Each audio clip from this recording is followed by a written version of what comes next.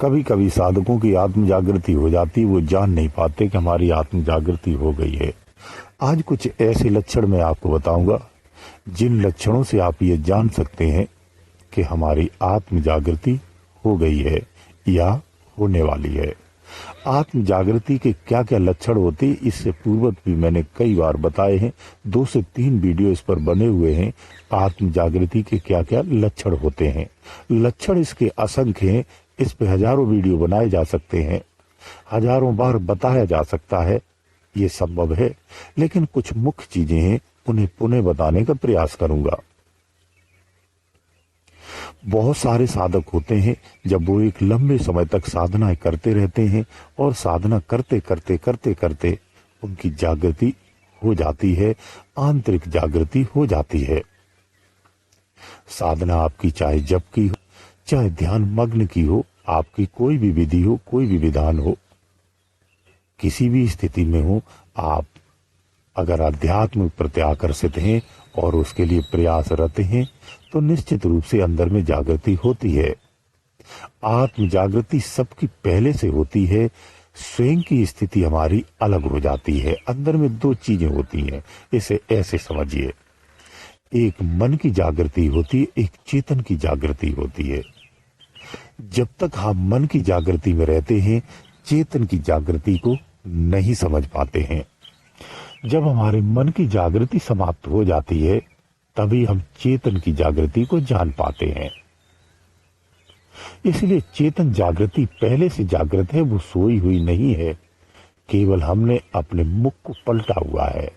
जिधर हमारी back side है उधर हमारी आत्म जागृति है, और जिधर हमारा मुख है वो क्षेत्र मन की जागृति का है।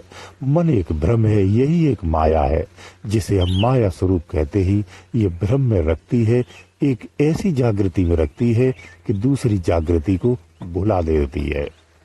यही माया का काम है, और अपने ही क्षेत्र में आपको भ्रमित रखती है और लुभावने चीजों में उलझाए रखती है। ये उसका अपना स्वभाव है। इस स्वभाव के कारण ऐसा होता है। लेकिन आप मन की जागृति में क्यों न रहते हो, स्थूलवत क्यों न रहते हो, लेकिन अंदर में सूक्ष्म रूप में आपकी आत्म जागृति तो पहले से है ही। वो तो जागृत है, वो सोई हुई नहीं है। वो अपने संकेत बराबर देती रहती है। जो साधक तनिक भी अंतर में ध्यान लगाता है, वो अंतर के संकेतों को सुनने लगता है, देखने लगता है और स्पष्ट हो जाता है, तो स्पष्ट रूप से सब कुछ चीजें समझने लगता है।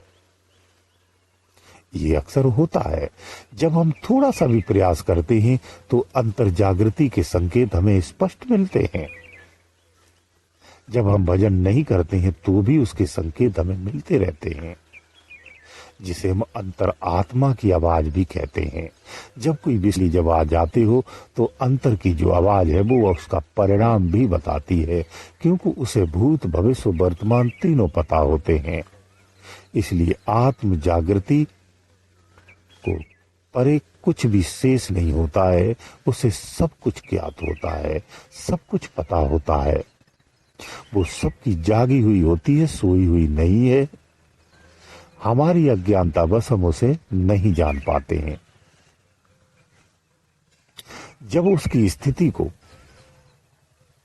परखने की हम कोशिश करते हैं तो वो स्पष्ट होने लगती है और हमारा स्वरूप भी वैसा ही हो जाता है। कुछ संकेत ऐसे हैं, इन्हें ऐसे समझिए। देखिए, जैसे आप के मन में ये आभास होने लगता है कि आप जिस स्थान पर भी बैठे हैं उस स्थान के बारे में, उसके इर्द गिर्द के बारे में, उसके आसपास कई किलोमीटर के बारे में आपको जानकारी होने लगती है।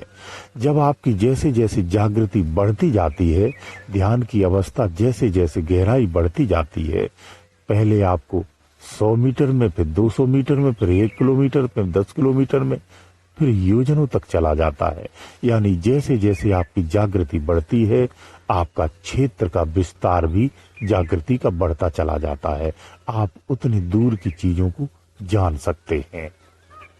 इस तरह से विस्तार आंतरिक होता है जागृति का। जैसे एक रोशनी होती है, उसमें जितना पावर डालते जाएंगे उसकी रोशनी बढ़ती चली जाती है और उतनी दूर का दिखाई देने लगता है।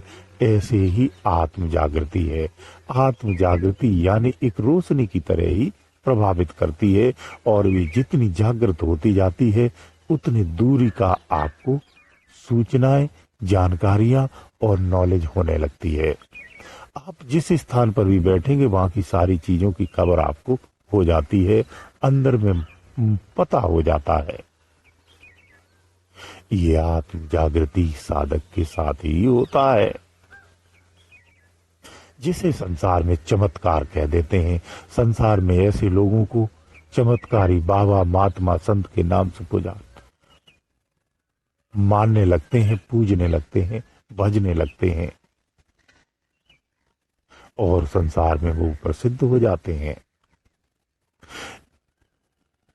ये आत्म जागृति सबकी है। अगर आप भी चाहेंगे तो आप भी इसे जगा सकते हैं। इसको जगाने के लिए विचारों की शून्यता आवश्यक होती है। जब विचार रूपी शोर अंदर में शांत हो जाता है तभी हम एकांत हो जाते हैं और एकांत में ही हमारे निज स्वरूप का आभास होता है। बल्कि यूं कहूं वही हमारी वास्तविक स्थिति होती है। भविष्य में होने वाली अगर कोई घटना है, उस घटना को आपको सूचना मिलने लगती है। ये आपकी आत्म जागृति का ही लक्षण है। आपको यहां तक पता हो जाता है कि फला नाम का व्यक्ति फला कार्य करने वाला है, फला व्यक्ति फला ऐसा होने वाला है, कल उस स्थान पर ये घटना होने वाली है।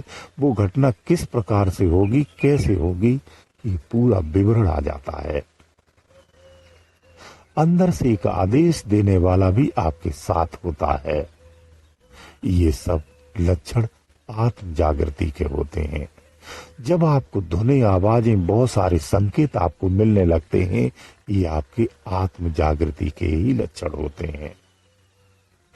जब आप स्थूल और सूक्ष्म दोनों का भेद स्पष्ट देखते हैं, जड़ता का और सूक्ष्मता का और चेतनता का भिन्नता स्पष्ट महसूस होने लगती है, ये आत्म जागृति के ही लक्षण हैं।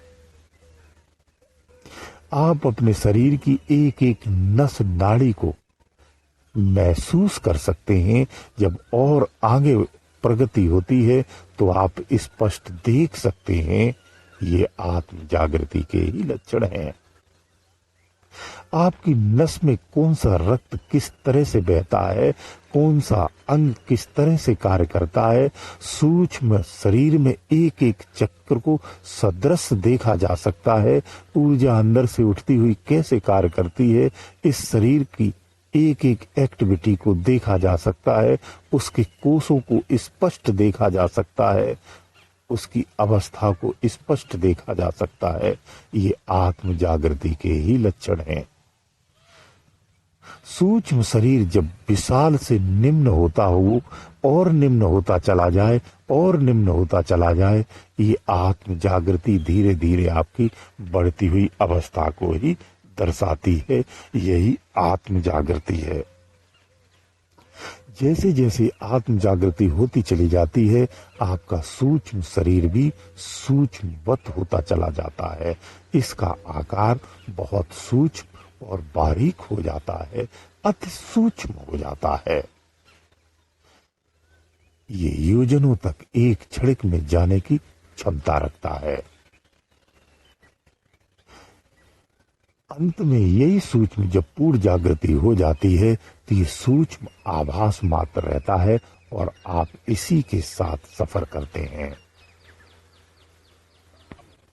अंदर में चलने वाला मंत्र जब अंतर में जागृत हो जाए और सुते से चलने लगे, उस मंत्र के ऊपर में भी यानी उस जाप के ऊपर में एक जाप चलता है, फिर उस जाप के ऊपर में भी एक जाप चलने लगे, अंत में जब चौथा जाप उसके ऊपर में सुते से चलना लगता है, वो आपकी आत्म जागृति ही है। उस समय आपकी आत्म जागृति हो जाती है। सम्मुख आए हुए आगंतुक की आपकी मन की बात को समझ सकते हैं, उसके विचार को समझ सकते हैं। आपकी वाणी सुते से ही उसके प्रश्नों का उत्तर देने लगती है। ये आपकी आत्म जागृति है। उसके मन की बातों को आप जानने लगते हैं, उसके एक एक प्रश्न को आप समझने लगते हैं, उनके भावों को आप जानने लगते हैं। ये आपकी आत्म जागृति है। ये आत्म जागृति में ही होता है। जो कर्म कांड में जो पर्ची लिखते हैं उनकी आत्म जागृति नहीं होती है, उनके पास सिद्धि कार्य करती है। यही दोनों में अंतर होता है, एक आत्मज्ञानी में और एक कर्मकांडी में। ये दोनों में फर्क है। एक से रिद्धि सिद्ध होती है, एक आत्म सिद्ध होती है। हमें आत्म सिद्ध करना है, रिद्धि सिद्ध का मार्ग नहीं अपनाना है, ये ध्यान रखना। अंतर ध्यान होते ही तमाम शक्तियों के माध्यम से उनका परिक्षेत्र नजर आता है और उनके द्वारा भी आपको सहयोग मिलने लगता है। उस अवस्था में आपकी आत्म जागृति हो चुकी है। ये उसी के संकेत हैं। क्षणिक में भी सामान्य रूप से भी दिनचर्या करते हुए अगर आपको आभास होने लगता है गुजरी हुई घटनाओं का, आने वाली घटनाओं का, वर्तमान में होने वाली घटनाओं का अगर संकेत मिलने लगता है तो ये आपकी आत्म जागृति के ही लक्षण हैं। तो ऐसे कुछ सामान्य जागृति के लक्षण हैं जो सबको प्रारंभ में मिलते हैं, वो मैंने आपको बताने का प्रयास किया है। और कुछ मैंने दिव्य बताए हैं जो अंतर ध्यान होने पर मिलते हैं। इस तरह से ये आत्म जागृति के ही लक्षण हैं। ऐसे साधकों की निश्चित रूप से आत्म जागृति हो चुकी है। गुरुदेव दयालु।